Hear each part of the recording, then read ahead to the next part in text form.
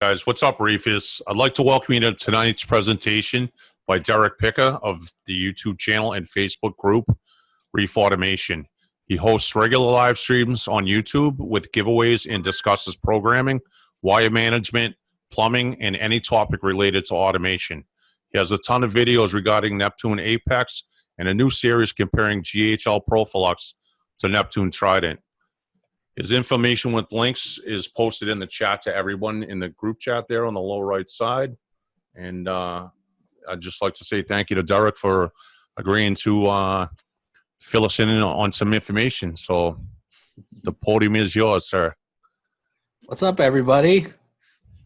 Is there how many people we have in here? It doesn't show me, unfortunately. We have 10 at the moment.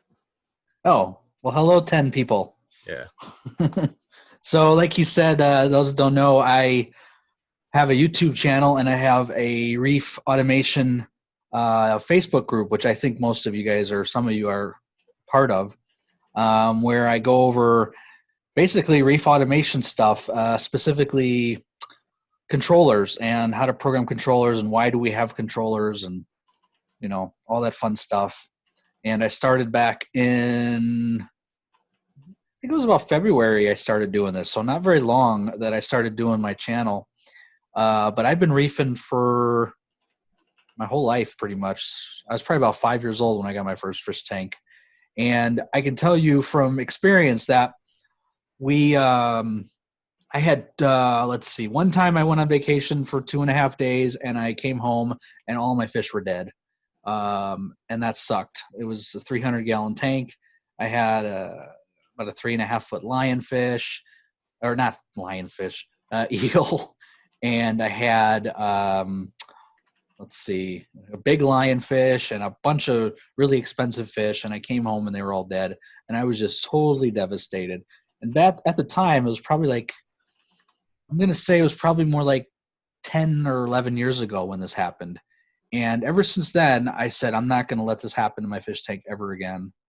And I ended up learning about automation, learning about monitoring, learning about all kinds of different things I can do, you know, to make it so this doesn't happen to me ever again. Because it not only was it devastating emotionally, but it smelled really, really bad. I don't know if you guys have ever had a fish tank where all your fish died, but it smelled my whole entire house for days. And it was just terrible. So I started learning about at the time it was Digital Aquatics that had their own little system, if any of you are familiar with it. And it was very basic. It would just alert you if there was anything wrong. At the time, it didn't have internet from what I remember. It was just an alarm if something was happening. They did have Apex equipment at the fish store when I went in, but it was really expensive back then, probably double or triple the price. And I just couldn't afford it. And I just was like, this is the most important thing, that you have to have enough fish tank.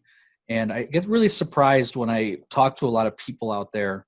I talk to a lot of people out there that tell me, you know, having a controller just is worthless and and there's no point in having it.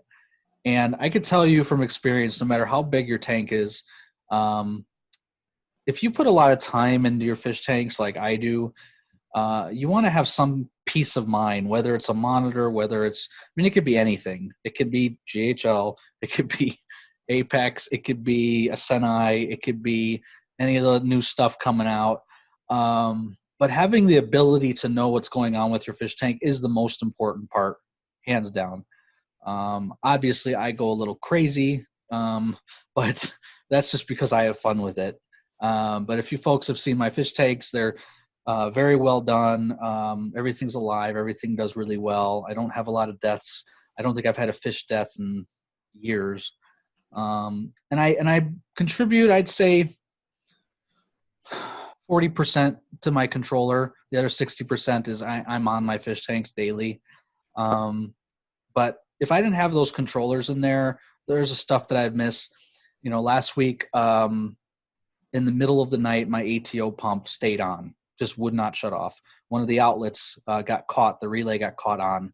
And if I didn't have a high sensor in my sump to alert me and wake me up, there would have been a gigantic flood in my garage, and it would have been huge.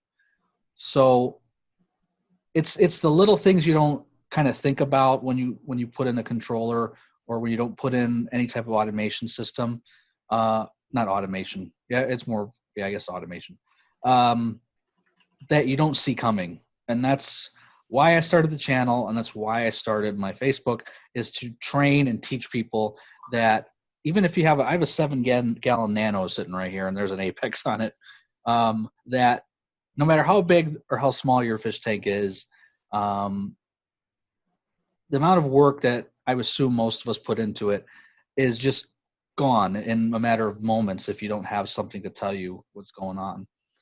So again, I started this stuff. I started the YouTube channel, and I started the Facebook group specifically so that people that are maybe scared of it, or not sure how to program it or how to get started, can have a place to go where I'm able to show them the most basic and the most advanced. So we can have someone that has never had a controller, and we can have someone that has multiple controllers, and still be able to teach amongst each other. And that's why I started doing this, because I started to meet some of the guys at Neptune. I started to meet some of the guys at BRS, and all of them would tell me the kind of the same thing: is no one has videos that are well done out there to teach people how to program. And that's what I strive to do. I know, some of my videos can be a little boring, but that's the whole point. They're supposed to be educational and informative, and not necessarily fun. Although I try to have fun on my streams. But I really enjoy doing it. It makes me so happy when I hear people giving me compliments on my videos and how it taught them, and people telling me how they saved things in their fish tank.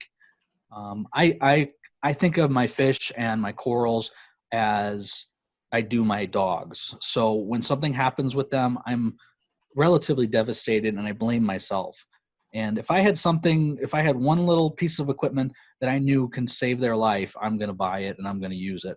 And that's what I teach everybody, is how to do that. So that's mostly what I wanted to say.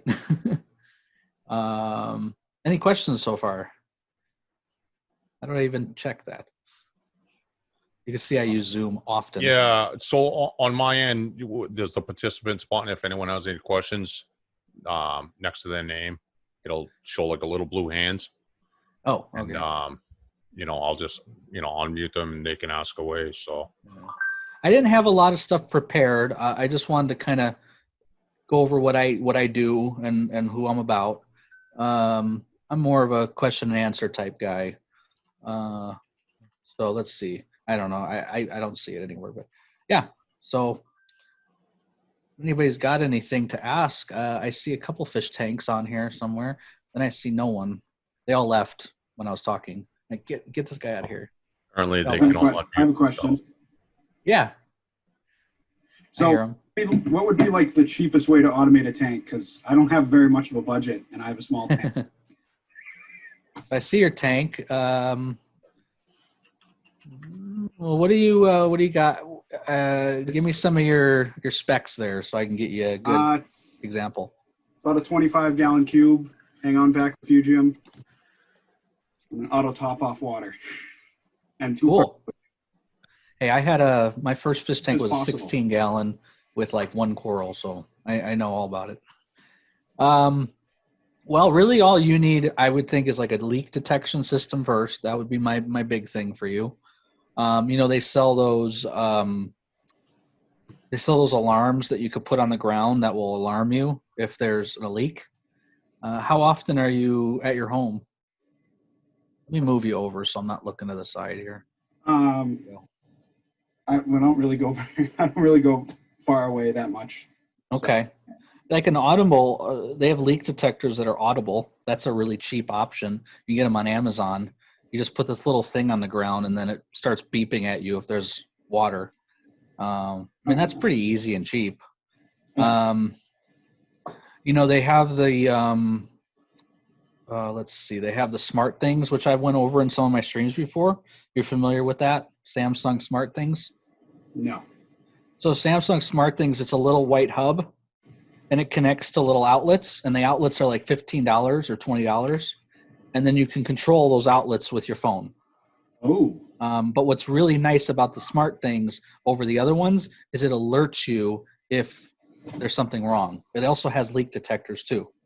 So you need you to have can a Samsung buy, phone? you don't have to have a Samsung phone. No. So they sell leak detectors, they sell door detectors, all kinds of different detectors, and they sell plugs. So you get the little hub. I think the hub's like $75, and then you buy all these little different, leak detection outlets, and it alerts you about anything to your phone. And that's a really easy, quick automation system. Like that. So that's right in my budget range too. Yeah, I think that's a perfect start. Not everyone needs an Apex for sure, and Apex are expensive. I give them away, by the way. So come to my streams, you might win one. So, but yeah, smart things. I sell it for a living. I love it. I think it works great, and it's perfect for fish tanks. So Oh, thank check you. it out. Sounds awesome. Yeah. Dave, I have a ton of digital aquatic stuff that if you want any of it, I got probably 8 bars, 3 controllers, pH probe, temp probe. If you want any of it, you can have it for free. Nice. Oh man. Oh, so tempting. The digital aquatics doesn't connect to the network, right? I'm pretty sure. No, it doesn't. Yeah, I remember those being internal like systems. That was the only problem with them, is there was no way to know if you're not home what's going on. So like I said, with him, at least I think that the smart things is a great solution because it will alert him if he's not home. That's what I like about the smart things. Yeah, my main thing is the water, so that the wife Yeah. can kill me again. Yep, they got leaks. They got everything, man. You can even time your lights. I mean, you'll see. Once you do some research on it, you'll see what I'm talking about.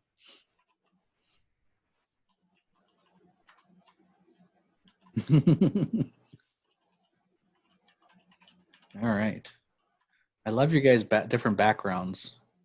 Corey's background is interesting. He's kind of like sort of not there. Like half of his body is missing.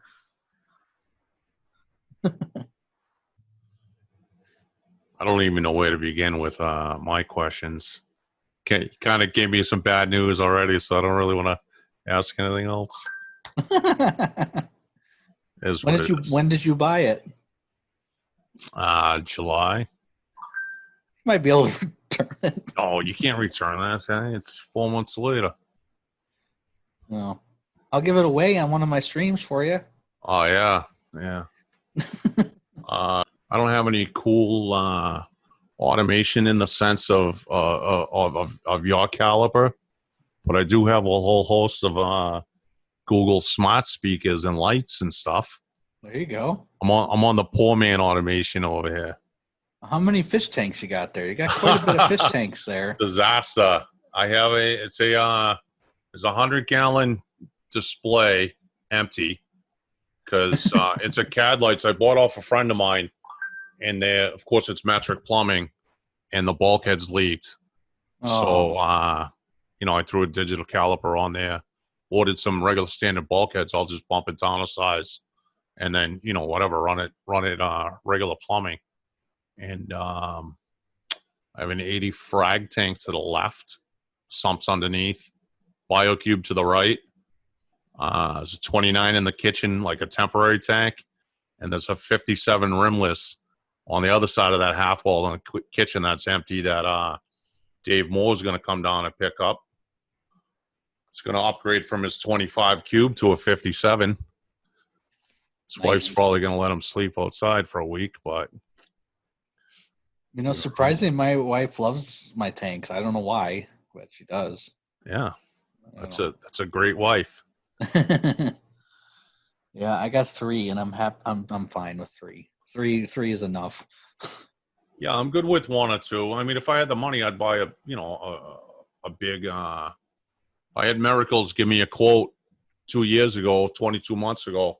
I went out on a back injury, so I've been sitting idle waiting for surgery. Oh, so that put the damper in the plan. So it's like anything else, piecemeal tanks. Hmm. for the time being. And then maybe another year or two, I'll get a big one.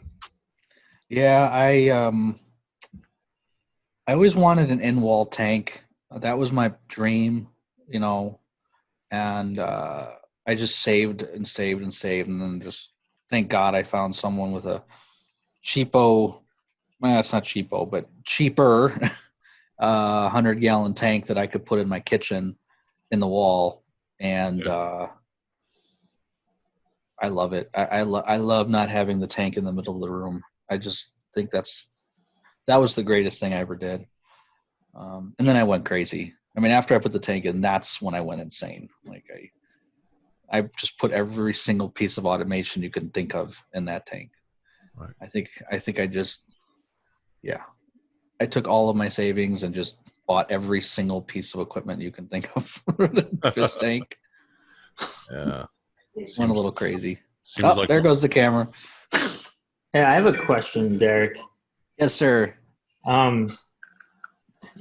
So I understand you do automations both for your own tanks and others. Do you always do redundancy on certain things? Yeah, I have a lot of redundancy. On what? Like, what are redundancies you wouldn't avoid? Boy, I got so many. Let me think of a good one for you. Well, battery backups. I don't know how it is. You guys are in Boston, right? All of you. I don't know how your electrical is over there, but here in Arizona, we have very good electrical grids.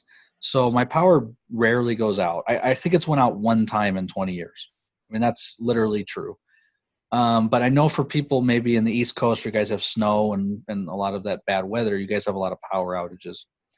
So having redundancy power is kind of probably one of the biggest things, honestly. And when I say redundancy power, I mean 2 or 3 power backups. I see a lot of people, they'll put like, for me, for instance, I have a battery backup on my Apex. I have a battery backup on my modem and my router, so that way my Apex sends me in case the power was to go out, what's going on. I then have a battery backup on my power heads. I then also have a battery backup on my protein skimmer. So when you say redundancies, I have redundancies on top of redundancies. Because like I said, when I said earlier, is when I had all my fish die, I was devastated. And I mean, that's a 300-gallon tank. And now I'm very, very confident if I leave my house or if the power goes out, my tank's going to be just fine. We recently upgraded our power system a little bit. We put a new circuit in, and I bought this little thing called a Sense app. I don't know if you guys are familiar with it, but you hook it up to your electrical, and it tells you how much power you're using in the house. Because our electric bills are ridiculous, probably because of my fish tanks. But you have to turn off the power for 30 minutes or whatever. Just turned off the power. Everything. It looked like nothing had ever even happened in my fish tanks. Everything stayed exactly where it was. I was really surprised, actually, that all my battery backups did what they're supposed to. So I think redundancy, if you do one battery backup for the whole system, I don't recommend that. I recommend doing a battery backup for maybe the whole system and then another battery backup for probably your power heads and have them separate or have them, daisy chained. That would be my recommendation. I don't know if that answers your question, but that's redundancy 101 is battery backups. Yeah, the power thing that's definitely something that I've never done, but I probably should. And I feel like I'm not alone on that. I was thinking of other things like just equipment. Like I know a lot of people run 2 heaters, and some people even have like 2 pumps hooked up. So if one fails, another one's automated to kick back in or something like that. Yeah. It's like extensive, but So I understand what you're saying. We don't really need heaters here in Arizona, so it's hard for me to kind of mention heaters in a sentence, but I do have a heater on one of my tanks. Just in case it gets cold in my house. Even during the winter here, by the way, it gets 30 degrees at night. So, I mean, it can potentially get cold if I didn't have heat in my house. But I've never seen a need for a redundant heater. Just that's personally what I believe because I'm in Arizona. But to your other points, I don't know. I mean, return pump is not that important if you have really good power heads. If your return pump was to fail, everything's going to be still alive if you have good flow in the tank and light. So I've never seen a need for a redundant return pump. If your return pump was to fail, you're obviously going to have to get another one anyways. So just wait till you need one and then buy it instead of having a second one that you'll maybe never turn on. You see my point? So I've never been a big proponent of redundant return pumps. Obviously, multiple power heads. Obviously, that's a given on any fish tank. My Nano is 7 gallons. I have one power head, but it's a 7-gallon tank with stuff that's not that important. If it was to die, I'd probably be able to sleep at night. But my other tank, I got 4 power heads, and 2 of them are on battery backups. Let me think if there's any other redundant type sensors, leak sensors, redundant leak sensors. Like I was telling the gentleman, I forgot his name, I'm sorry. If he gets that Samsung Smart Things, I don't recommend getting 1 leak detector. I recommend maybe getting 2 and putting them right next to each other, or putting one on one end and another on another end. I've lost count of how many leak detectors I have. I have 20, maybe. I have high and low optical sensors, which are really big for me. I like to know when my sump is too high or my sump is too low. I think that's really important to know if something's wrong. Trying to think what would be redundant. ATOs aren't that important, so I don't see the need to have redundant ATOs. Think any other ideas? I know you said the heaters. No, yeah, that was. So I travel sometimes, and I like to have a pretty much fully automated system too. But I'm just trying to think of like disaster situations when I won't be home for like 3 weeks or something. And yeah, but yeah, like to your point, if a return pump goes out, you're probably gonna see it later that night or something. Most of these things. But even then, maybe the other guys can comment on this. If you're out of town, let's say I'm hoping, let's say 3 days, and your return pump went out, but your power heads are still going the entire time, everything's gonna be fine. There's not gonna be any problems. I can tell you with absolute certainty in my experience, return pumps are not very important. Your fish will survive. Everything will survive with just oxygen and light. So as long as those 2 things are going, I wouldn't even. That's why I tell people redundant return pumps in this day of age. Maybe 10 years ago, that would probably be a good idea because they didn't have all this cool stuff to tell you what's going on. But my return pump pumps like 100 gallons a minute or something really, or 100 gallons, whatever. Is it an hour? And it's a 300-gallon tank. Like I really don't care how much it's pumping as long as it's pumping something, So yeah, I'm trying to think. I can't think of any other redundant type devices. I like Corey's question. What do you use for battery backups? Oh boy. I have Ecotech battery backups for my pumps. When I got my pumps, I got an Ecotech battery backup. I have these special. They're very special actually because you have to special order them. They're APC. I forget what they're called. They're like Sign Logic for certain things. So I can give you the model number. I think it's Smart UPS is the models. They have some type of special inverter inside. So when something switches over, it works better. I don't know the actual reasoning. But I have those on all my fish tanks. So, and then of course I have one on my modem and router, which I think I had mentioned to you. So that's what I use. Yeah, it's a solid investment. I've been putting that off, but I think it makes sense to do it. Well, if you're going away a lot, I think battery backup is your most important thing. Yeah, definitely. Thanks, man. Sure. Yeah, that was Corey's, that was Corey's typing stuff. yeah.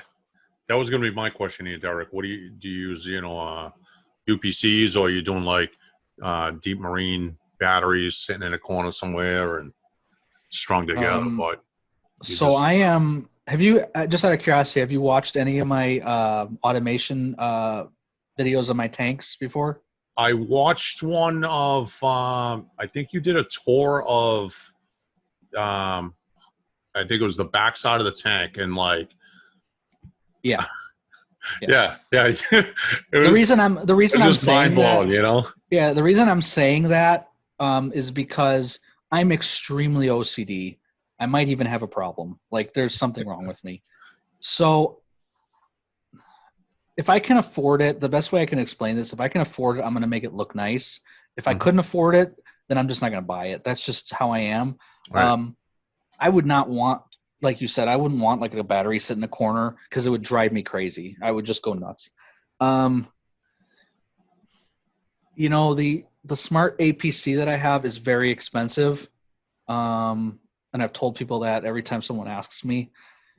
And that's where you got to just decide, is it worth it? Like I have a 300-gallon tank, right? I spent, I don't know, maybe 10 grand on the tank total. Is an extra $700, for instance, going to save my $1,000 or $10,000 tank? Well, of course.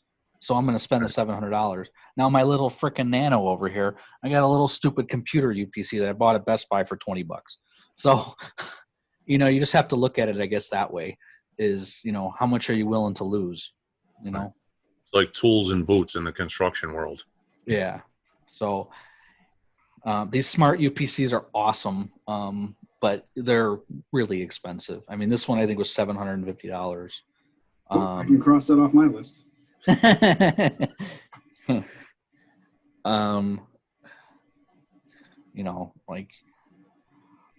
I don't know, man. I think UPSs are so important, but it's all dependent on what you're willing to lose. I mean, that's really what it comes down to.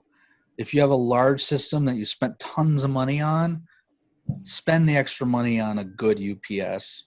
But if you have a not so great tank, let's say, or you don't want to spend a lot of money, then yeah, just get something. Something's better than nothing. That's my opinion. I just installed my first battery backup for my power today. Nice. Best Buy, Never $20. had one before. I have a follow-up question on those Samsung smart things.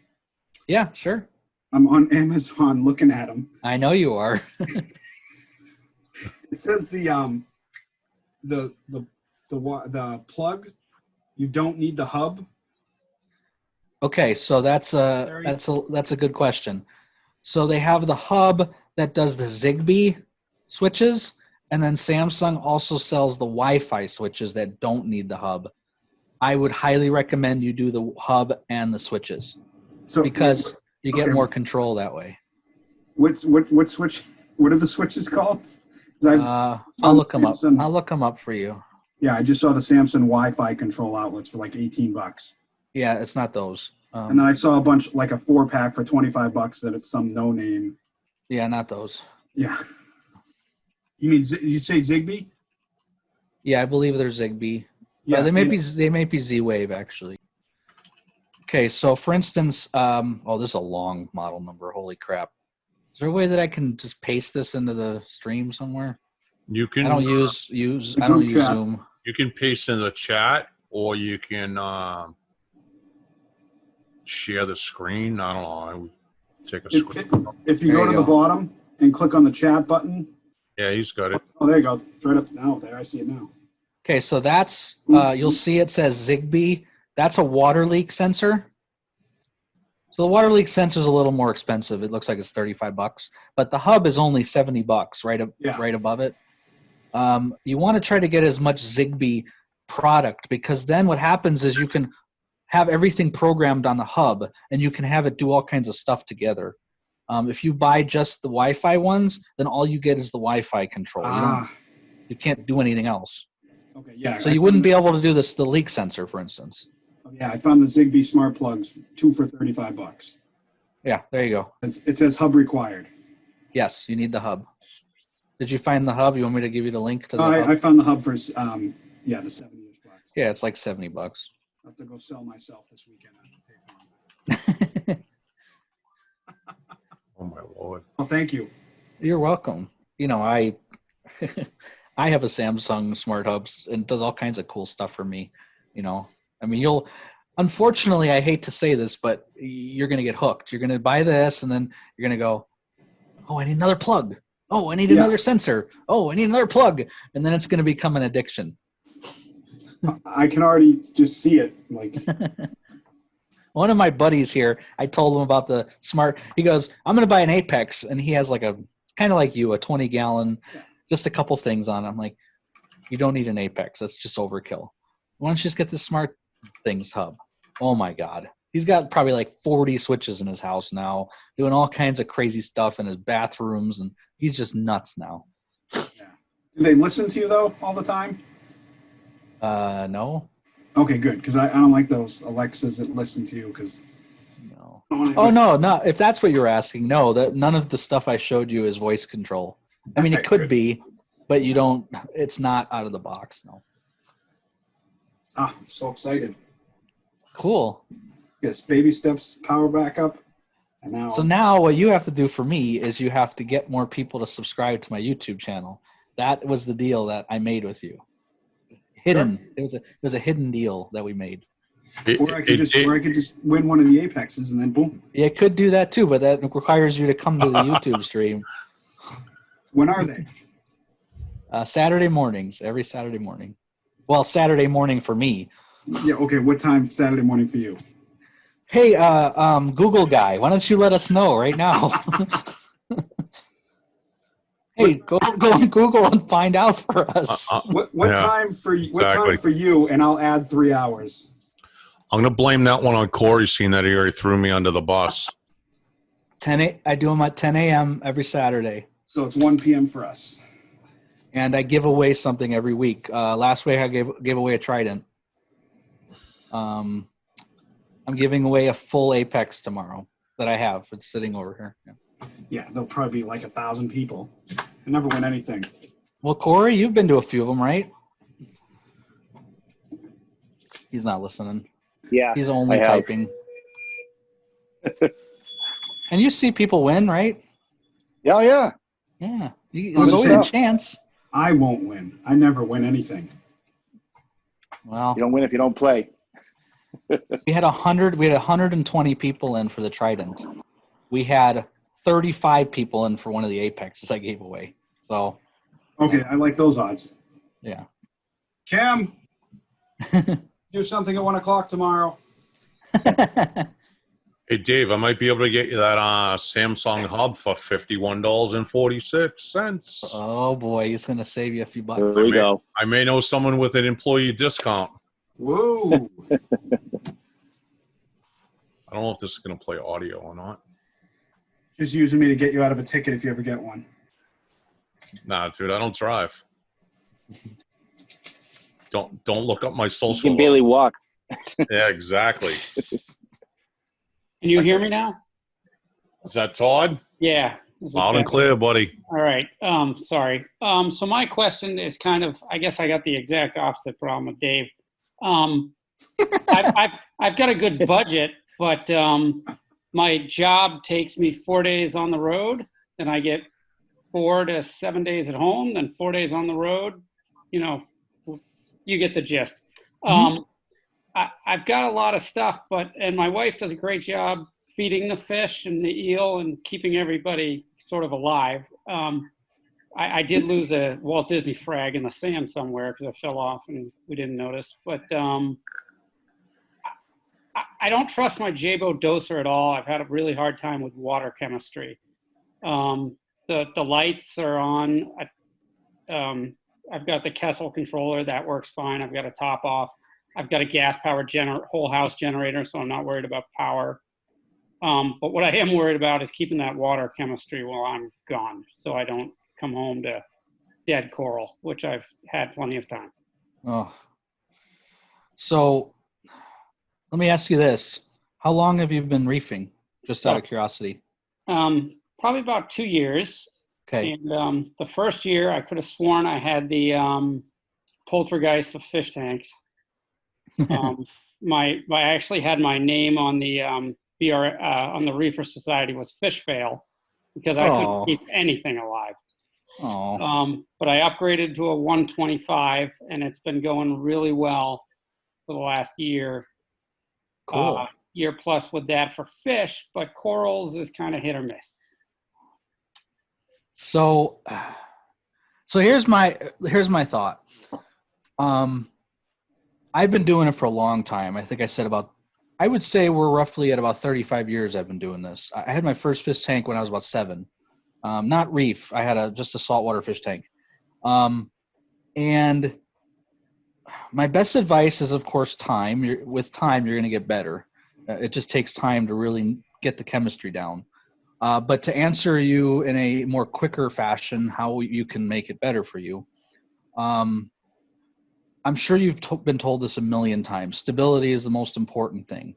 So any way that we can get your tank to not change parameters, everything will start surviving and they'll do a lot better.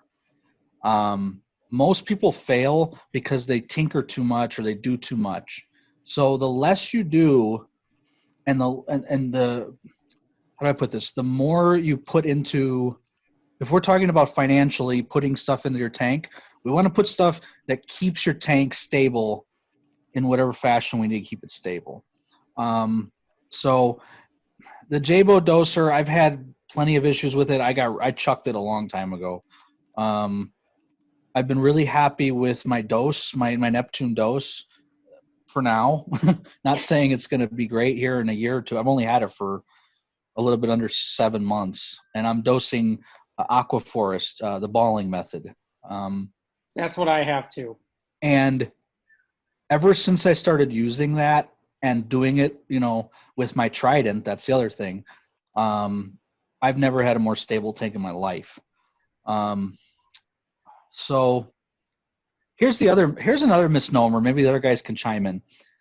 Alkalinity is the most important parameter, but it's not the alkalinity number that's the most parameter. It's the stability of the alkalinity that's the most important. So the focus should be, how do we maintain a stable alkalinity?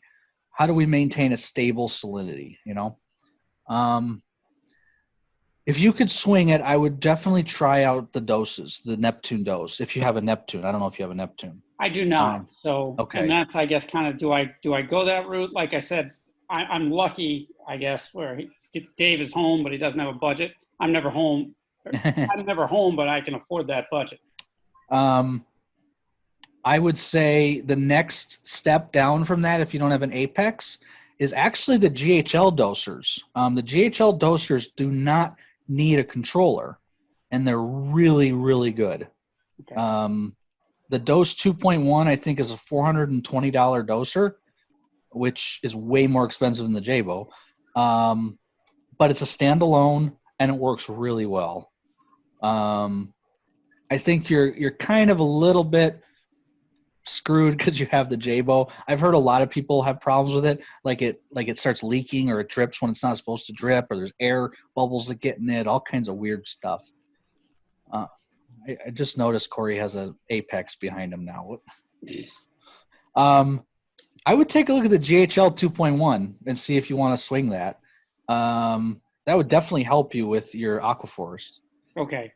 Am I better off doing that, or am I better off just biting the bullet and doing the Neptune and the Apex? And well, of course, I'm going to recommend the Neptune every day if you can afford it, because you're going to get full control of everything at that point. The way I look at this is, can I not afford it because I've already thrown in thousands and thousands of dollars into this tank?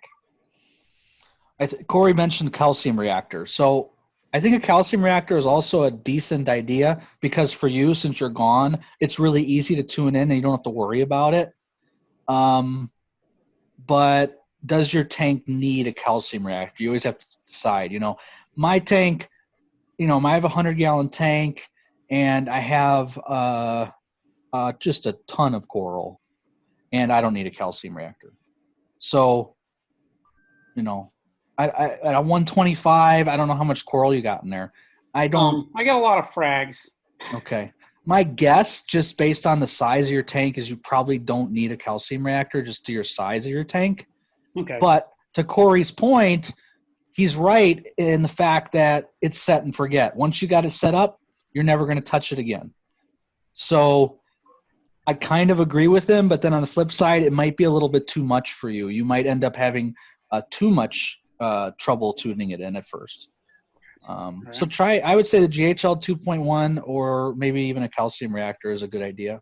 All right, and I this is the first time I've heard of you, but I will watch the YouTube and I just got admitted to the Facebook group. So Oh, there goes my chances for tomorrow. yeah, Yeah, you're screwed, trust Dave. me, I'm the most unlucky person you've ever met. So you'll win. Now I got to buy something to replace my Jabo 2-part doser. I'm all scared. Oh, well, mine's a 4-point, but I can tell you it's been awful. And for a good month, it was actually dosing into the bottom of the cabinet, which was nice. So. Oh, man. Someone had asked, do you prefer dosing 2-part or more parts? I don't understand that question. I'm sorry. No worries. So I meant like, I know some people dose just the 2-part, but others might dose like multiple other trace elements and stuff too. So have you heard of Aquaphors that we were just discussing? Have you ever heard of that before? Yeah, and I think BRS, like the other BRS, just put out a video about it too, right? So Aquaphors is it's called the balling method. If you're not familiar with it, you might want to do some research on it. It has all the trace elements that you need. It also levels your salinity because it doesn't most 2-parts actually raise your salinity over time, whereas the balling method actually keeps your salinity stable. Someone taught me about the balling method last summer, and I was like, yeah, that's just a waste of time. So I bought a calcium reactor, which I just talked about, and it was way overkill. And then I learned about the Aquaphors A plus, whatever it is, A, B, C. I have never had a more stable tank in my life. And it's 3 parts. It's not 2 parts. Holy cow! If I could tell you one thing if you want to try to dose for my size of a tank, like a 100-gallon tank. I don't. Was it Todd? Was that your name? He can also maybe attest to how great it is. I know he's had some issues, but it's not really that expensive if you mix it yourself. But it has all the elements that you're talking about. So. Is that cheaper than the Trident method? It is. It is. Because I was thinking of swapping to the Trident method so I don't have to do water changes. But I steal natural seawater now because there you go. on a boat and I go a couple miles offshore and I get nice seawater and my tanks never look better. Well, I would hope so. But to your point, the Trident method's actually really good. It's just so expensive. Yeah. It really is. And there's so many better ways to get the tank going. I mean, Well, ever since it's been probably, I've spent the whole summer I've been doing natural seawater and I almost don't want to do it now. Keep my nice 2-part. I just don't like the salinity aspect. So I mean, if I was you, I would get an Abyss pump. I'd literally spend $4 or $5 grand on an Abyss pump and just dig to the ocean and just pump that sucker to your tank. I mean, I'm only if you're that close. I'm only dosing like 12 milliliters 2-part a day. How small my tank is. So Corey just mentioned something, and I wanted to mention something. I did the whole doing water changes for a while. I did it for probably 3 years, and I started to get a lot of dinos. I started to get a lot of weird things, like all kinds of weird pests and weird bacteria and all kinds of weird stuff. And I was like, this is normal. This is just a tank. And then I started doing automatic water changes. So now every day I do an automatic water change with my liter meter that I got. And all that stuff disappeared. All of it. I don't have dinos anymore. I don't have any algae in my tank. like any algae in my tank. I probably clean my glass once every 2 weeks. Seriously. Once I started doing water changes daily. So I used to be a proponent of no water changes to I'm doing a water change every day now. And we're talking very small, maybe like a half a gallon a day. Holy cow, though. I saw a huge difference once I started doing that. So I just want to throw that out there. Oh, your camera's about to go off in 27 seconds. Darn it. I hate this fucking thing. I have another question. Yes, sir. What would be the best, cheapest, like auto feeder for when I do occasionally go away on vacation? The Eheim. Yeah, okay. The Eheim, yeah. It's a decent little otter feeder. I used to have it on my Nano. I got rid of it because it was just too loud. Yeah, we rarely go on vacation, so Yeah. thank you. Of course. Well, someone else ask questions. Yeah, I don't know. I don't know how many people are. It doesn't really tell me, but We have 10 10. currently still. what are you using for daily water changes? I use a liter meter. I actually did an entire video on a liter meter. So if you go online and look at my videos and look for liter meter, you can kind of look at what it is. I love that freaking thing. SpectraPure, the company that makes it, is 15 minutes away from my house. So I go there for my filters. I go there for everything. If I have a problem with my liter meter, of course, I bring it in there. But I love it.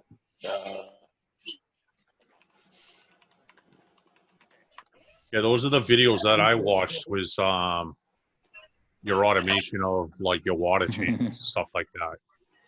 And I was blown away. Well, I have a Does it- liter. Yeah, I don't know who talked. I have a liter meter that's putting water, switching water between my two fish tanks. So one of my fish tanks here, I don't ever monitor. I don't ever look at the water chemistry or anything because it's switching water every 15 minutes with my other tank. And I use a liter meter to do that. Is it a cheaper version of like, I've heard a lot of people using the dose things to do automatic water changes. Is it cheaper? It is definitely not cheaper. Ah, damn it. God. It's actually very expensive. I got a discount because I mention them in almost every single one of my videos, and they live 15 minutes away from me. But they're much more expensive than the dose. Are they more accurate or easier to use kind of thing? They are significantly more accurate, but the biggest thing about them is they will push about 100 feet, which is what I need in my house. Yeah. And not only do they push 100 feet, but they push 100 feet at 160 milliliters a minute. Jeez. Okay. So that's why I got them, because I literally can do a water change between the 7 gallon and my 100, a full 100% water change in 30 minutes on this tank. So That's pretty good.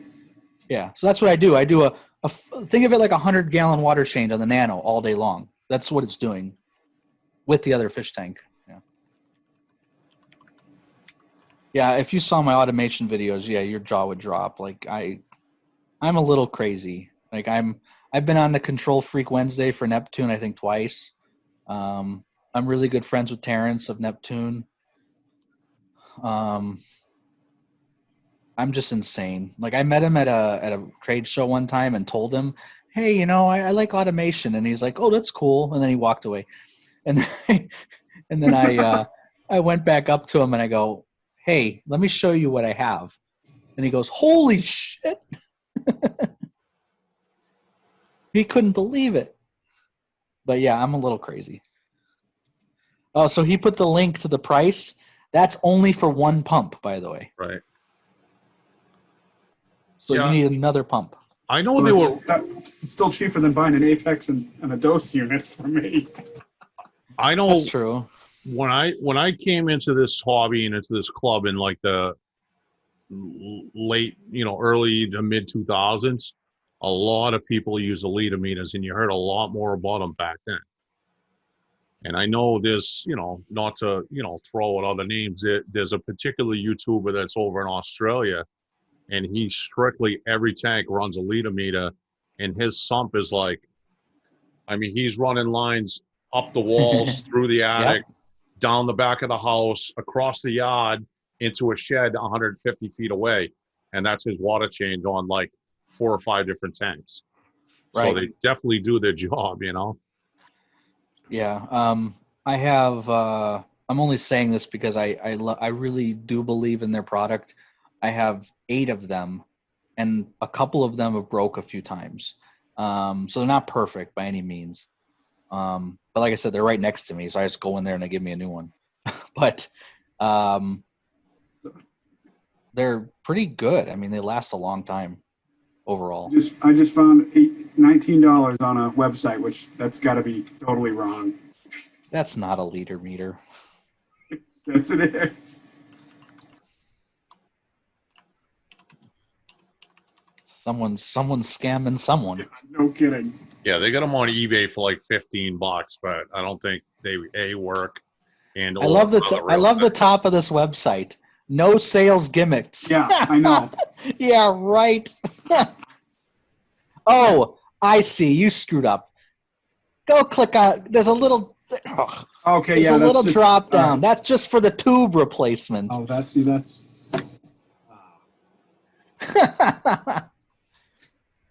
That's funny. Oh, at least it's a legit website.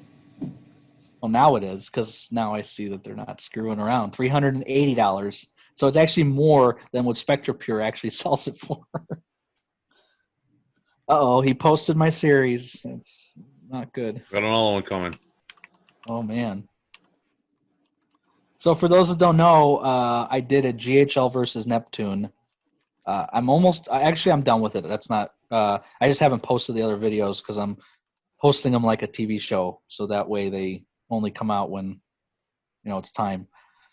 But I went through every little aspect of both the Apex and the GHL. So I'm getting a lot of heat for it from both sides, by the way. But I've really enjoyed it. Surprisingly, a lot of the GHL people are horrible and rude. Most of them are from Europe, but that's another story. So which one do you like better? I already had this convo, Chris. Yeah. I'll tell you in private chat. I'm going to tell you what I told him. I don't want to really say, because then it's going to sour the episodes that are coming out. I want you, if you're going to watch them, I want you to watch them and with an open mind. But I will tell you, I have a Neptune shirt on. I'm a little biased, obviously. I know Terrence. I know the company. I've had Neptune for 10 years. I just started learning GHL about 6 months ago, so it's still new to me. But it's German. Not saying German's bad, but it's really, really, really difficult to understand.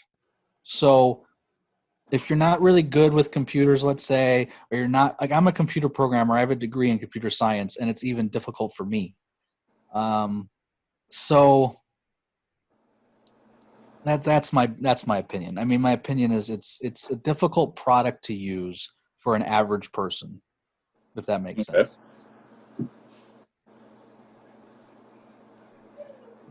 Wait, is it so? That's brutally honest is right. I'm brutally honest. So is it safe to say Neptune's like iPhones or on iOS platform? It's a simple program made for simple people. No. That used to be the joke in the IT field with us. I know. Anyway. I know. I'm trying to think of a good analogy. Here's a good one. This is just coming out right off the cuff. You got a car, right? You go in your car, you get the key and you put it in and the car starts. And if you have a driver's license, you know how to put it in reverse and get out of the driveway, right? Now with the GHL, they give you the key, but everything, the stick is another color. Let's say they got 4 different sticks. They got a speedometer. They got 7 different speedometers. You see my point? Yeah, yeah, So you get the key, but you don't have a clue how to get it out of the driveway. right. Like I said, mine's still sitting out in the other room, but from what I've read and from what I've watched in terms of your videos or other people's videos, the programming logic is a Oh totally, boy. backwards way to do things, so to speak. You know what I mean? I mean, Yeah. I can't speak, on it because obviously I haven't really delved into it. I mean, I haven't even plugged the thing in. It's Yeah. out in the other Well, I room. encourage you to just, Oh, I will. what I encourage you to do, and I know this is going to sound like a joke because I like to joke a lot, but this is what I really think you should do. Have a good couple whiskey shots, plug it in, Great. and then you're going to like it. I know it sounds like a joke. If you do it with a sober, sober mind, you're going to go, this is nuts. Yeah. And I like what you said. I do want to mention this. I didn't mention this earlier for some of the guys that don't know me, is I'm not sponsored by anybody. I don't get paid for anything I do. All the products that I review, I bought with my own money.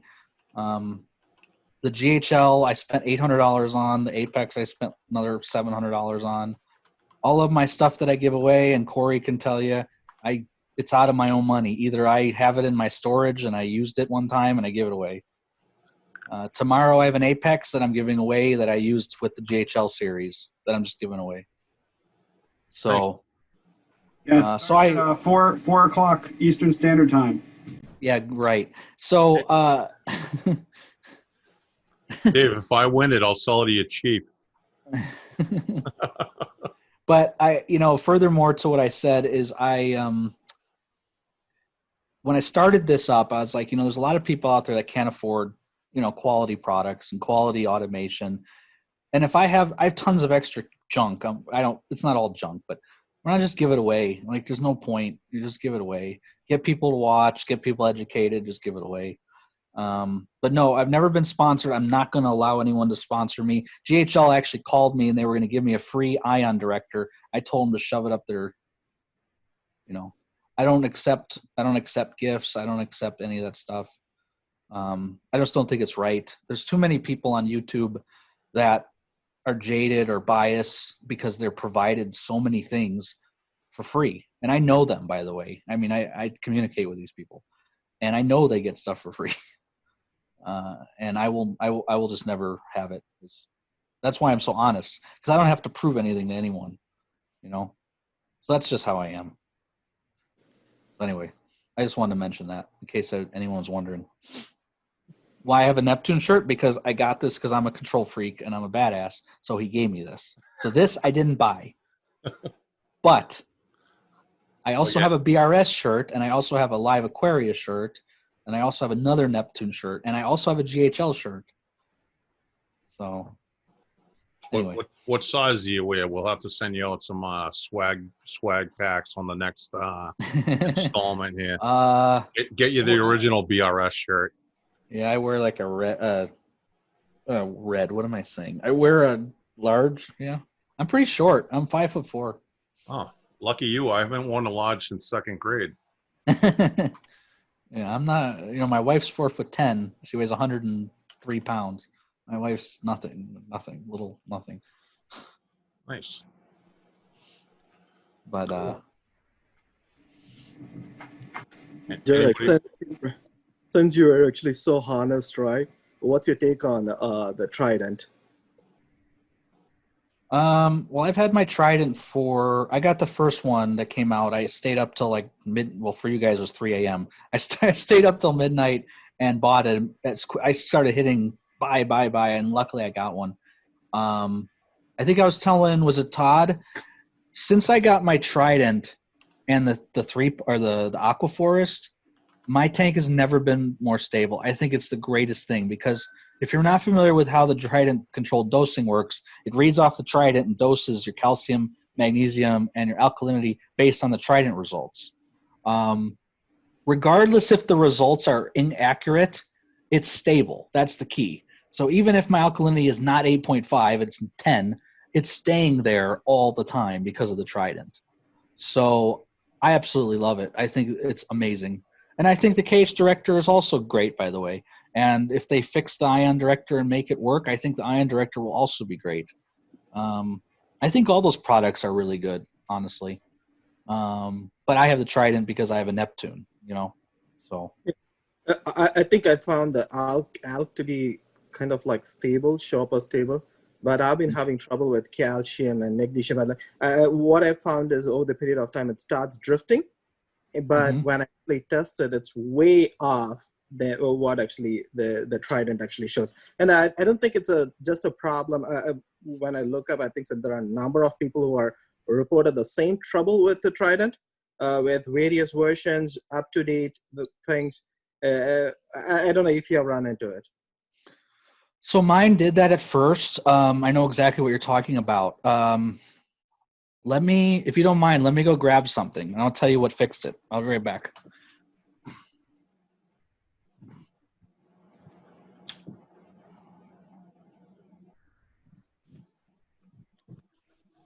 Hey, Dave. Yes, Presidente. What type of vehicle do you drive? Cadillac sedan that I hate more than life itself. A what? A Cadillac. Cadillac? Dude, you can fit the tank in the stand and then another tank in a Cadillac. I hate it. I can't wait for it to break so I can get a new one. Okay, can you guys see this? Yes. Yeah. I don't know if you have these, but they're these little sensors, cones that keep the stick nice and straight. And I used to have the same problem. I used to have my magnesium and my calcium specifically would start going up, way up, like to 580. I bought these from a guy on my channel. I don't remember his name, unfortunately. And once I started using them, everything's been night and day different. And I think it's because air gets in them or something gets into them where the liquid doesn't come out the correct amount every time. And that's why you get all those weird calibration issues. If you don't have these, I would just try them and see, because for me, it fixed it. So they're these little, I wish I had more, but you get a set of 3 of them, you know? So that is good to know. I'm going to hunt for that. Yeah, I don't know where you can find them, unfortunately. If you go on my Facebook group and just type, hey, I'm looking for those cones or something, I'm sure there's 30 people that have them. So let me go put it back. Interesting. But I just wanted you to see it.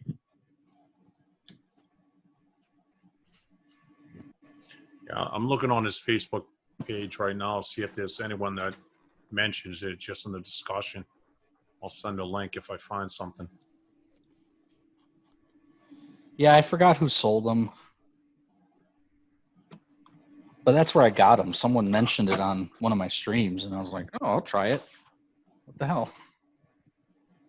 The Trident that I gave away last week, I included them with it. I had bought like 3 sets of it, and I just threw them in there.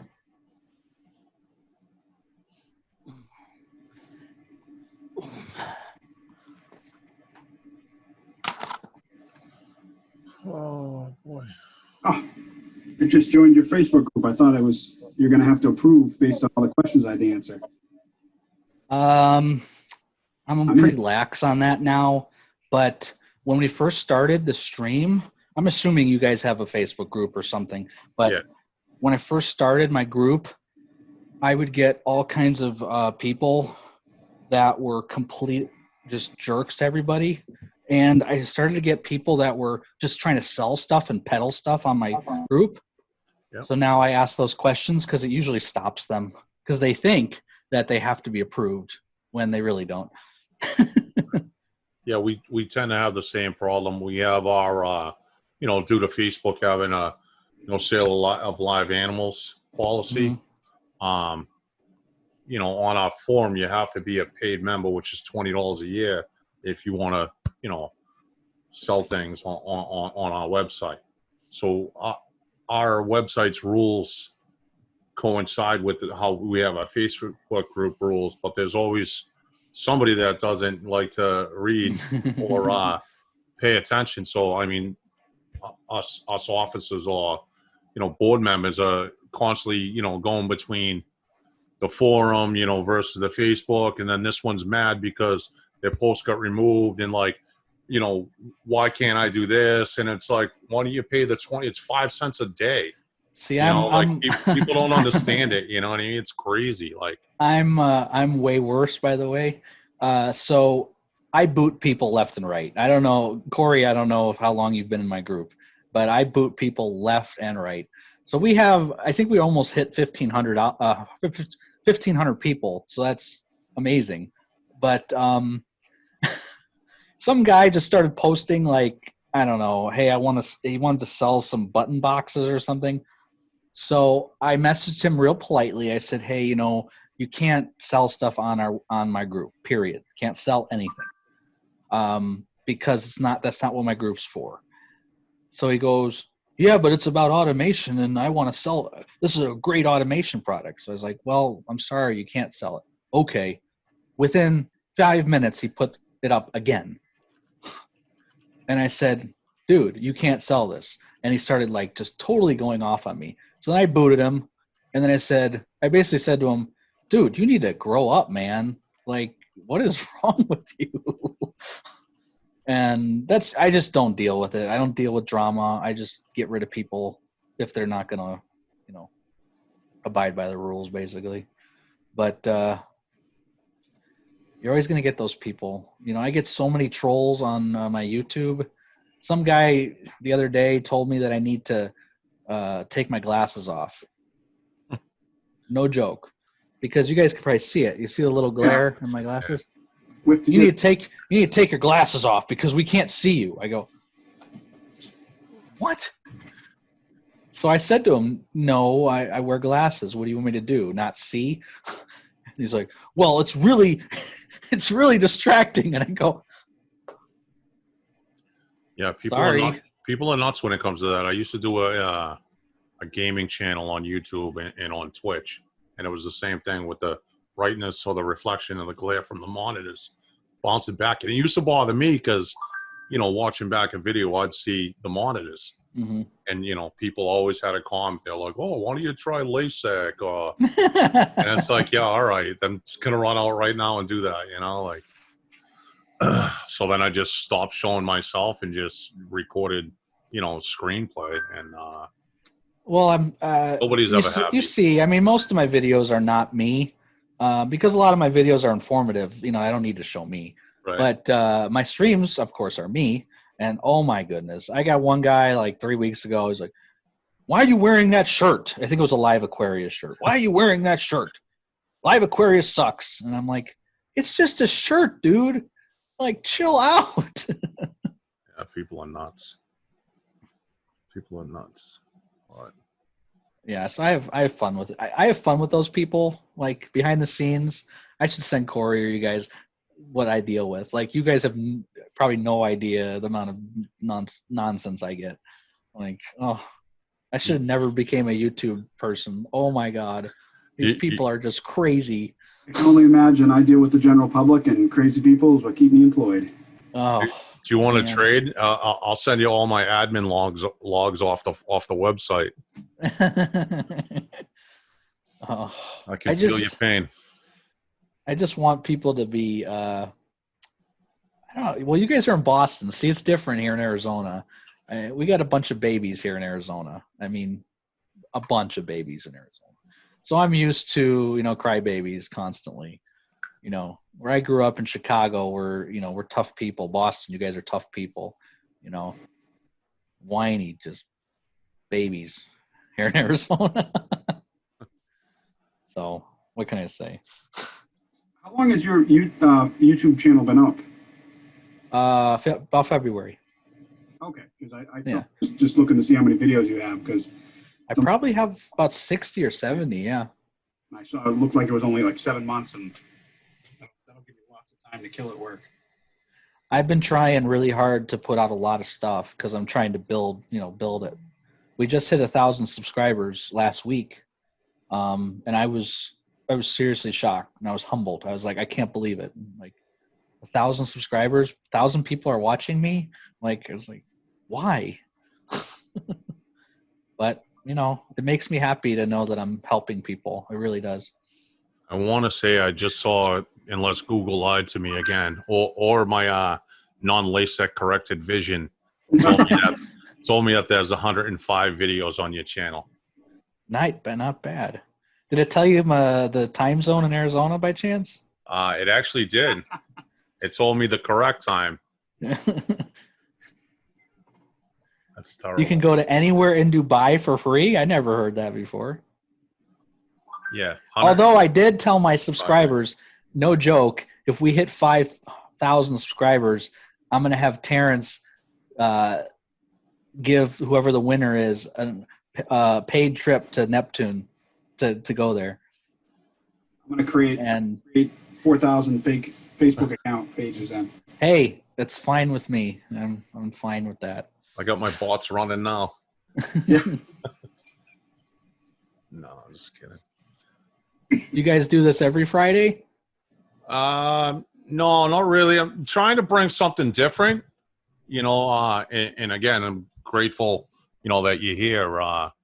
We usually have we rent a hall and we fly someone in, and, due to COVID, we haven't been having any type of monthly meetings. And, I've seen some of the other reef clubs around the country doing the Zoom thing. So, we got to, due to COVID and like in the beginning and whatnot, say maybe around April or May, there was like discounted licenses, or like we're a nonprofit 501c3 club.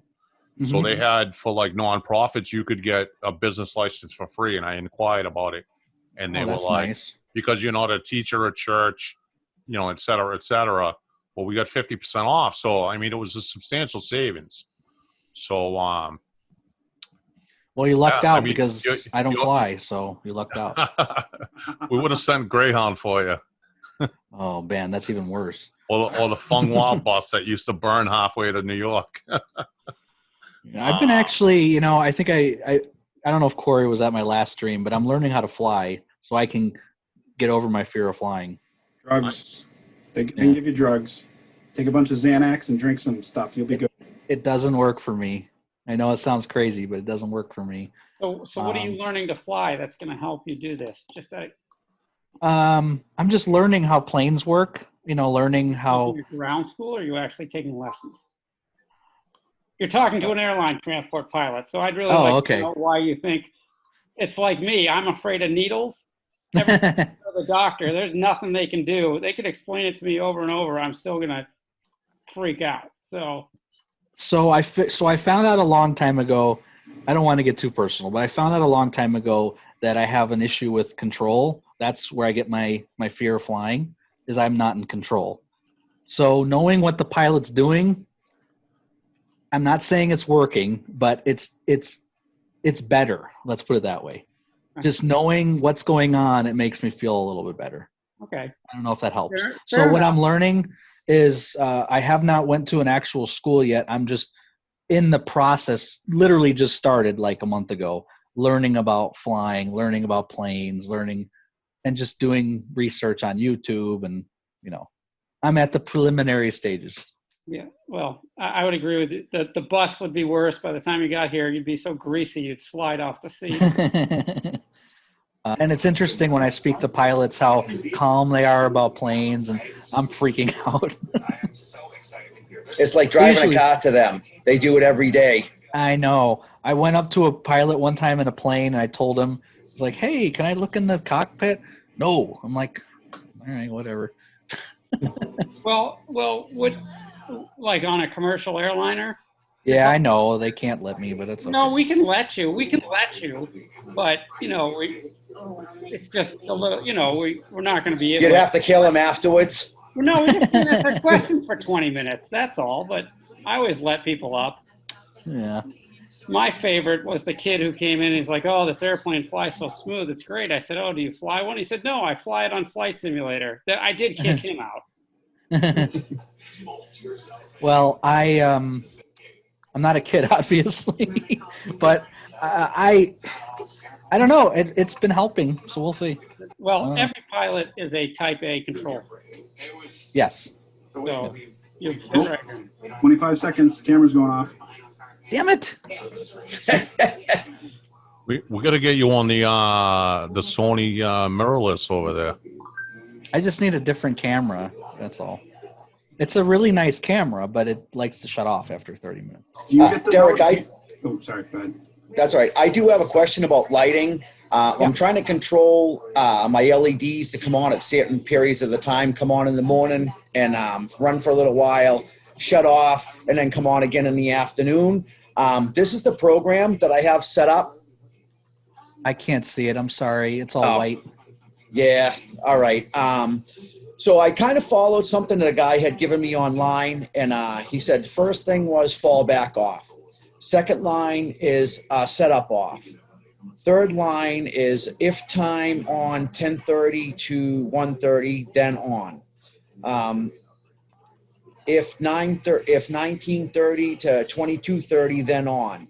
And then it's just the temp setting and the time between it comes on and off. So I've set this up, but it's still not working. The lights are just on all the time. They're not shutting off and coming back on. What do I need to do? So, first of all, what kind of lights are they? They're LED blue strips. So you just plug them into an outlet? Yeah, they're just plugged into an outlet that's off of the Apex bar. Okay, so it should be. I'll just type it in the chat for you. It'll be easier that way. So yeah, you want fallback to be off. Then you want set to be off. And then when do you want them to come on? Come on first thing in the morning, like 10:30, and then run for like 3 hours, 4 hours until the halides come on, and then do the same thing in the evening. Come on like around 8 o'clock, and then run till about 11. But you don't want them to run from 2:30 to throughout the day then? Well, yeah, I kind of wanted to have them off for a little bit to just give a photo period of just the white lights on it. Okay. What time at night did you want? I want them shut off about 11. And turn on when? In the morning or in the afternoon? I'm sorry. In the afternoon? Oh, in the afternoon, I want them to come on like around 8 o'clock. Okay. The last line I just put in, ignore that. Okay. So yeah, they want to come on in the afternoon, like at the evening, come on at 8 and then shut off at 11. So that way I'd have like 5-6 hours of just the straight white lights from the halides.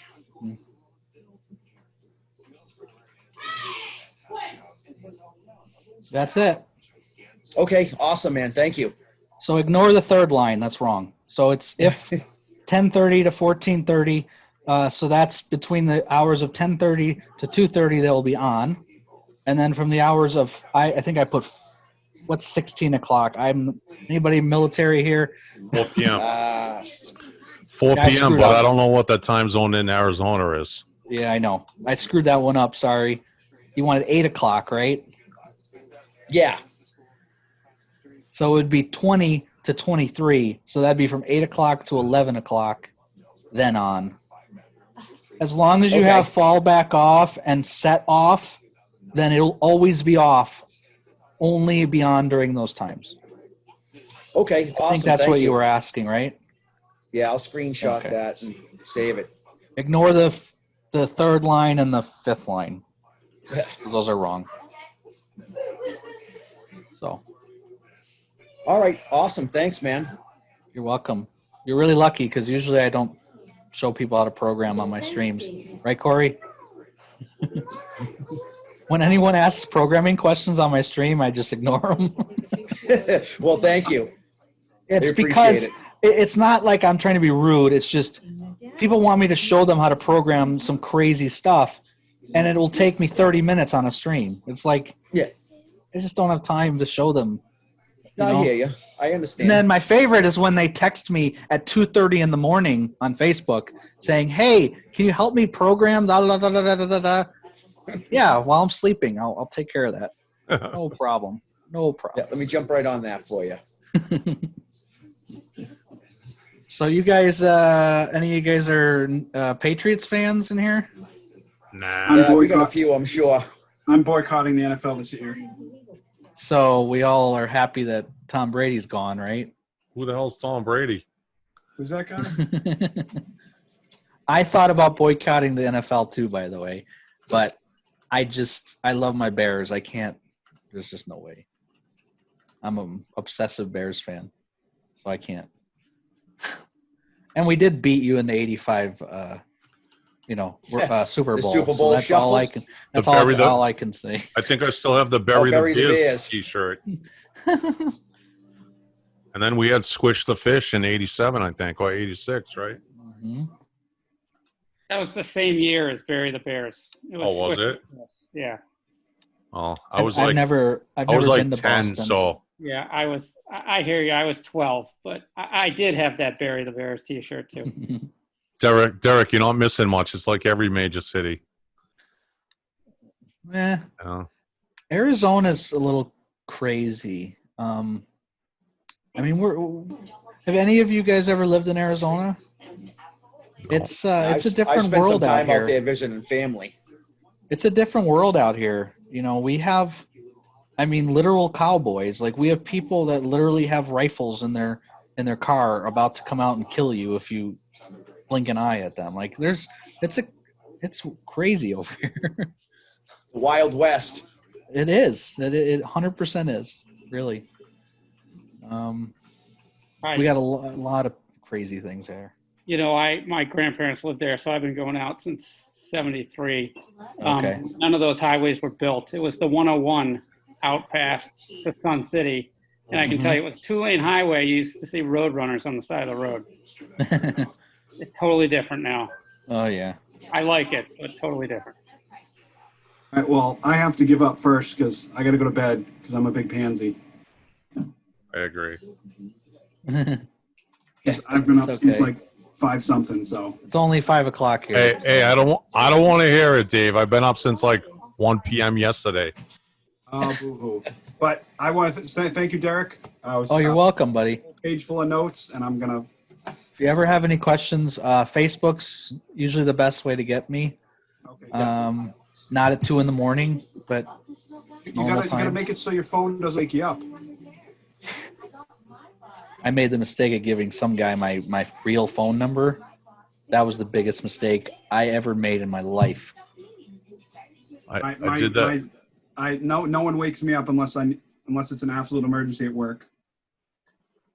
I mean, I did that on the club when I became president this past year. I was like, oh, it's more, professional if you need to really reach out. Not that I mind, but some texts I get or phone calls are a little off the wall. yeah, this is what I'd get from this guy. I mean, it's ridiculous. Paul, I'm gonna text you the next midnight shift at work. Yeah, I'm done, dude. I'm always up. I don't sleep. So. All right. Well, thanks again, Derrick. No problem, man. I'll measure that stand and shoot you a text later. Thanks. I look forward to harassing you on Facebook and on YouTube stuff. It's okay. I don't mind being harassed during normal business hours. All right. Thanks again. Uh-huh. How do I get out of here? The leave button. Here we go. Yeah, so we're just trying to, bring on guests and speak. People in the hobby, people in the industry. It's always been a more traditional, like I was saying earlier. Rent a hall, fly someone out. Pay for the time, pay for the, whatever their stay, their flight, and. Paul's the big deal in the group. I'm not the big deal, dude. I'm just another bozo on the bus, Matt. My wife was commenting on the microphone. She could see it. Should I put on a mixer so I sound like a radio DJ? But yeah, we're just trying to do some things a little different. You know what I mean? I'd like to try to do something twice a month. We started doing we have a number of sponsors just like everyone else, and trying to do showcase store tours with them. And we just did one with one guy, and there's a few other people. A number of of our sponsors are about it. You know, I mean, it gives them exposure, and you know, it helps us out as well. So, if you got any Our fish stores suggestions, are garbage here, but yeah. they're all garbage out there. Oh, they're terrible. So we don't have any out here anymore. Like 10 years ago, I could get my car on a Saturday in like a 45-minute loop. I could hit 10 stores. Now it's like New Hampshire. I mean, that's an hour and a half away from me. Or Rhode Island. We just had one open in Foxborough, which is like 45 minutes from me. But that one in like Petco's, that's all there is anymore. Damn. You know, it's terrible. But Yeah, I was at All Things Aquatics the other day out in Foxborough. They got some beautiful things, like very unique, not some regular stuff that you would normally see at all. yeah, he's definitely a unique creature kind of guy. What? Does anyone else have any other questions or anything like that, or anything more from Derrick? I don't want to keep you on here for forever. I mean, I can talk a cat off a tuna boat, so it doesn't matter to me. But obviously, your time is valuable. I'm fine with whatever you guys want. I'm not doing anything. I was supposed to be here 45 minutes ago and ended up being here an hour and 45 minutes ago. So I'm fine. Good thing you're flexible. I'm pretty flexible. I own my own business, so I do whatever I want. You know. Yeah, it's a beautiful thing. It's kind of nice at times. It's a beautiful thing. Have you ever used the ESV two-pot or at all? Yeah, I have it actually. Bionic. Oh, so you use that in the Aquaphors? Yeah. I use it. No, I use it for small adjustments. Okay. But before that, I did used to use it 100% all the time. It's fantastic stuff. Yeah, it doesn't I've been using have it for a year and a half now, and I'm pretty happy with it. But when you mentioned that Aquaphors, I've never heard that before. So that's a whole nother ball game when you go up to that. I will tell you, if you switch from ESV to Aquaphors, you're going to see a tremendous difference. Wow. You might be doing really good right now, but you will do far superior in terms of growth and color if you go to that. And that's because ESV is strictly, I'm pretty sure it's strictly sodium bicarbonate and calcium chloride. I'm pretty sure that's all it is. Whereas Aquaphors, they say they have a lot of. Sorry, they say they have a lot of trace elements mixed in it. What's it? I don't know. No. I don't know. I would do some research on it because I don't believe that. If you do, Okay. have you ever heard of the balling method? You ever looked at it? No, not Take at a look all. at the ball. Just if you're bored one day, look at balling method because that's what it is. It's balling method. It came up. Okay. Actually, Tropic Marin came up with it. The guy who started Tropic Marin, and then Aquaphors copied them. The only reason I get the Aquaphors brand is because they come in these gigantic jugs, whereas the Tropic Marin they make you mix it yourself. Okay. So it's a whole nother ball game. It really is. I can tell you, it's the greatest stuff I ever used. I mean, seriously. So That's a 3-pot dose. it is 3 parts. Yep. So what do you use for that dosing? I use a dose. I have 3 Neptune doses. Yep. Okay. Which I You use hate, those by the way. I don't hate them. I hate that they're only 2 heads and they're gigantic. I Yeah. wish Neptune would come out with a smaller version with 4 or 5 heads. You know, it's Maybe somebody that has some pull with them could make a message to them and have them do something. You know how much pull I've tried to make with them? Oh my God.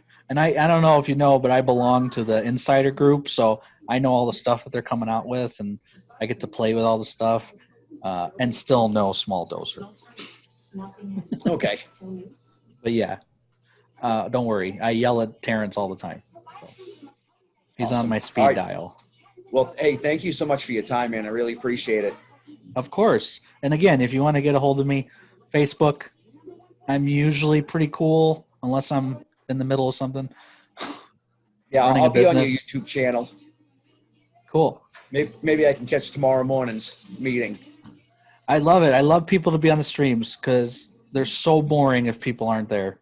I mean, I'm able to talk and come up with stuff to talk about pretty easily. But if people aren't asking me questions, I'm like, this is stupid. Why am I here? Yeah. Awesome. Yeah, All right. Well, that'd be thanks a lot, great. guys. I'll see you guys all later. Yeah.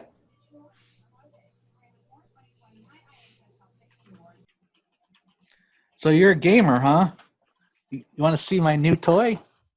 Yeah, sure thing. A Oh, Valve VR? Index. I can't do the VR. It's weird for me. Now, I mention this because I get motion sickness and I hate going on planes. Yeah. That one, the Valve Index, nothing. I don't get sick, period. I don't know what they Really? did with this one. It has some like crazy refresh rate. Yeah. I never got into it.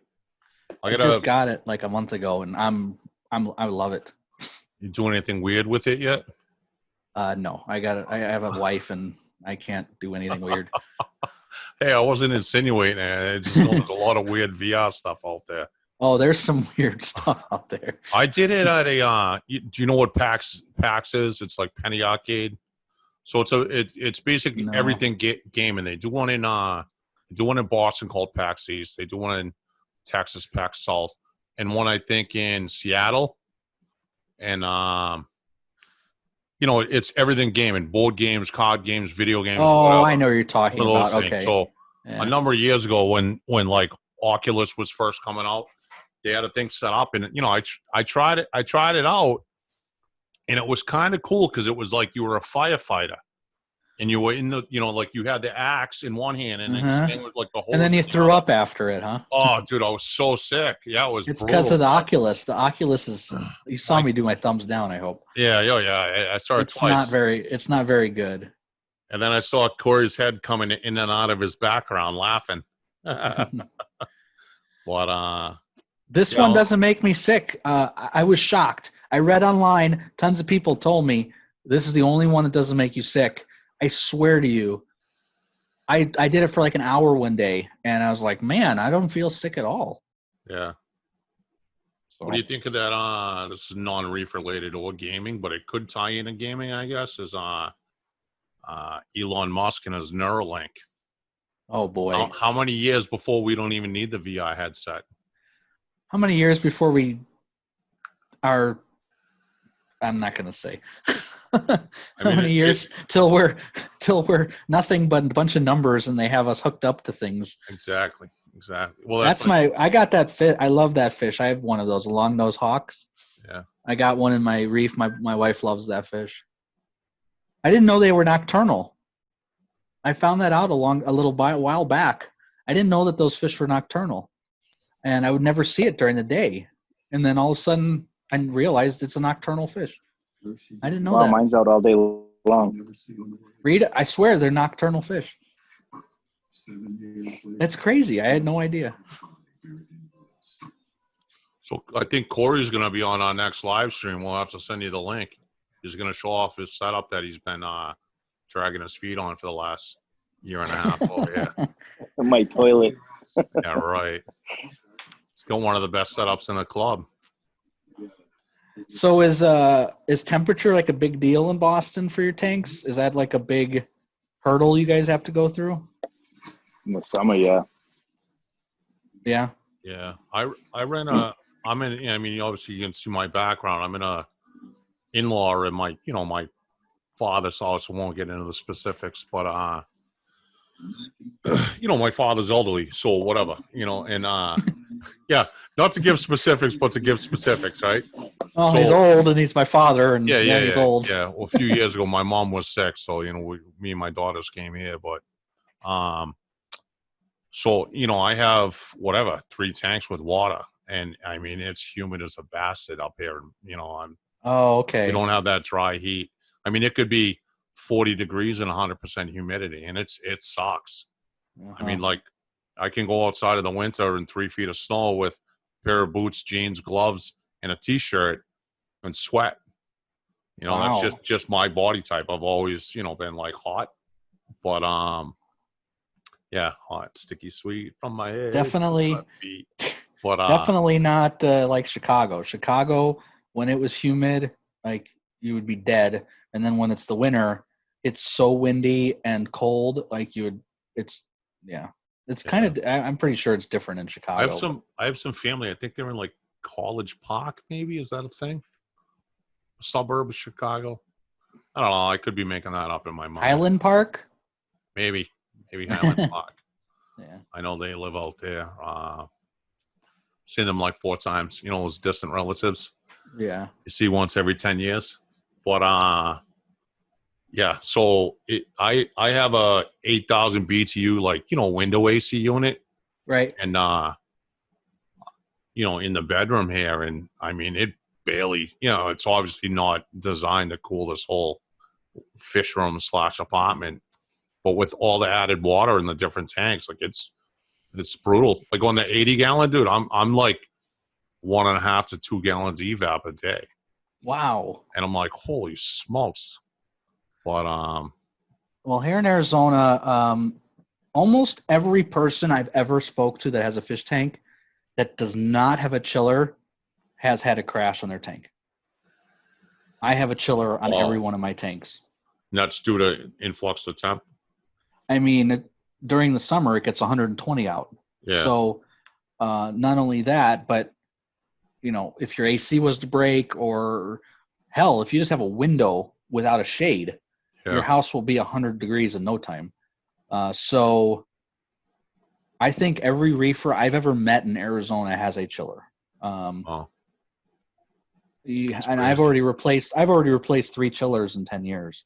So they don't last very long here either. Yeah, I can imagine.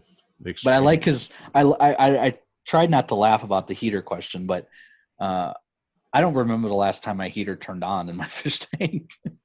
I hear you. Yeah, I mean, I think mine kicked on the winter because it's cold down here. Right. I mean, like I said, I'm always hot. It's only a single zone. My dogs are in the other room, so they're freezing next to the garage, and I'm in here sweating. So it sucks. The heater's got to run every once in a while, but yeah, we just got a whole new AC unit in our house because AC just a lot of problems with AC here, if you couldn't imagine. Yeah, I have a friend in Vegas, and same thing. The complex. I remember he just. I mean, this is a couple of years ago. Just brought his daughter home from the hospital, and the unit that he lived in, the condo or whatever, the AC went out, and it was like record high temps that particular weekend, and nobody could come out until he's like, dude, it's like 125 degrees in my condo. Mm-hmm. I have a newborn baby. Like, what am I supposed to do? I'm like, so get in your car and drive somewhere, So we were watching, if you guys have seen Vegas Vacation, we were watching it the other day with Chevy Chase. And in one of the scenes, he cooks chicken on the rock on the ground. He just cooks chicken. You can literally do that here in Arizona. I've done it many times. I've went out with an egg and just put it on the concrete, and it literally cooks. Yeah, that's crazy. It's pretty crazy. I mean, yeah, this has been the hottest summer of all time in Arizona. It's actually, we usually have monsoons, and we had one monsoon. Wow. We usually have monsoons daily in August. Do you guys have a pool? We do not have a pool, no. It would be like swimming in a hot tub anyway, right? Most of the you had time, a chiller on that? Yeah, there's many people have chillers on their house water. Wow, so crazy. We don't have a chiller in our house water, which I really want. But unfortunately, when you take a shower, or even if you just want to wash your hands, it's scalding hot, like during the summer, even if you put the cold on. That's funny. Wow, that's crazy. I've lived in Arizona for so long. I mean, there's a good chance there'll be a black widow spider or a scorpion in your house at least once a year. Nice. Rattlesnakes, very common. See rattlesnakes. I have a tortoise. I have a pet tortoise. That's cool. Lives in the backyard, and there's not many places you can have a pet tortoise in your backyard, but we do. Yeah. All year round. That's definitely cool. I know. I was my 5-year plan is to go south, like to the Keys or something. I have to be near the water. I can't be landlocked. Just because I grew up 6 miles south of Boston, and I mean, it was literally 2 streets over was the water. And you would hate it here. Now I'm like 15 miles, maybe 20 miles south of Boston. and it's like country bumpkinville compared to like I grew up in a suburban city. Mhm. You know, it wasn't the capital, but it was still 100,000 people. And now I live in a town that's like 14,000. There's like cows walking down the street. Well, weird. I'd rather. Yeah, but yeah, All right, guys. I'm gonna shoot you an email and discuss some things with you. And once we get some swag made up, I'll send you out Sweet. some gear. And I Well, just Corey was very vocal in this meeting. I appreciate him yeah, he's a good joining guy. I'm us. sitting in the living room. My wife's watching TV, so I didn't want to bother her. Ah, this guy, another one of those guys that are considerate. No, I don't. Unbelievable. I don't care. I just do whatever I want. But I that's agree. me. I agree. Oh, look, he's got his kid. I think he's got his kid and his wife just chilling next to him. Yeah. Hello, Josh's family. But yeah, I greatly appreciate you there's coming the devil on child. the stream, and like I said, I'll shoot you an email and touch base with you. Cool. We'll go from there. Well, I invited a ton of people. Unfortunately, they didn't show up, but I I understand. know those bastards. I figured It's I figured okay. we'd break the 100 participant limit. I blasted my social media, our social media, our forum. You know, I'm like, geez. I mean, I go crazy with my streams, and mine's worldwide, you know, and I still only get, roughly 50 people, 40 to 50 people a week. Oh, really? Last week I got 120, which was ridiculous. Nice. But cool. Well, thank you so Appreciate it, much Derrick. for Thanks having again, me. man. And like, if you guys need anything, just let me know. Well, Thanks, Derrick. All right, see ya. Thanks. Bye-bye. Corey, where'd you go, you bum?